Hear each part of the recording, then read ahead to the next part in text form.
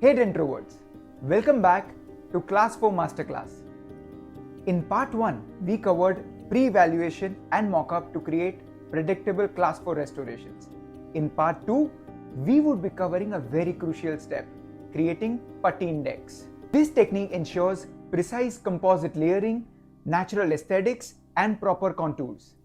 Stay till the end because I'll be sharing a lot of pro tips to avoid common mistakes.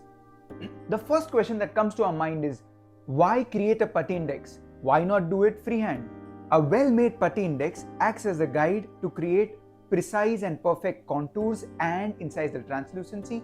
It acts as a guide for creating proper layers of composites, and the most important, it helps prevent over and under contouring of your composite restoration. Let's dive into the step-by-step process of creating those perfect indexes. We start with mixing the base and the catalyst in equal quantities, just sufficient enough to cover the canine to canine area. Once the uniform mix is achieved, start adapting the putty over the palatal surface, starting from the central incisor outwards.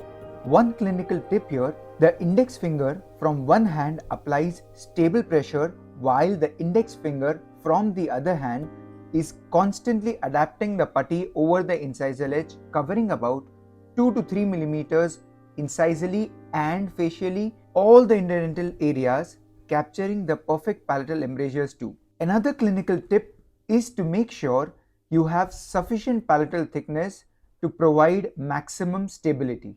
The third clinical tip is, till the time the putty has completely set, do not let go of the gentle pressure that you have maintained over the index, as this is going to make sure that the fit is accurate once its polymerization is complete.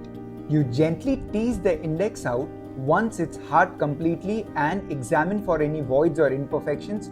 Once everything looks alright, we can go ahead and start trimming the excess so that we not only have a perfect visual access to the incisal edges, but also have ease of insertion of the index with the rubber dam on, which will be our next step and also our part 3 of this masterclass series.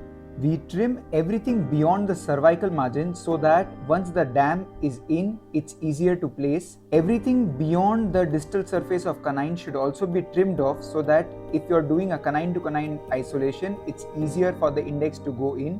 Now, your job is to then have the index in such a way that you can exactly see the incisal edge or the entire palato-incisal angle with direct axis. Once this is done, you put it into the patient's mouth to check for its fit. If the mock-up comes out while trying the index, do not panic. You already have the putty index which is perfect and ready to be used.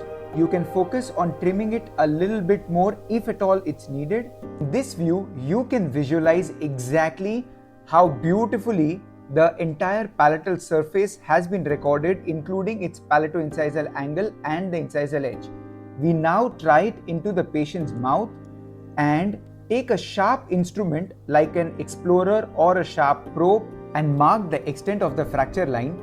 This will help us add the first layer in a proper area so that you do not end up with excess material on the palatal surface, which then you have to trim at a later date.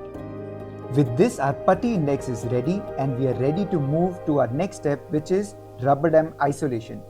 If you found this video helpful, hit the like button, subscribe to our channel and turn on the notification bell icon so that you're the first one to hear about when we release our part 3 of this class 4 video series.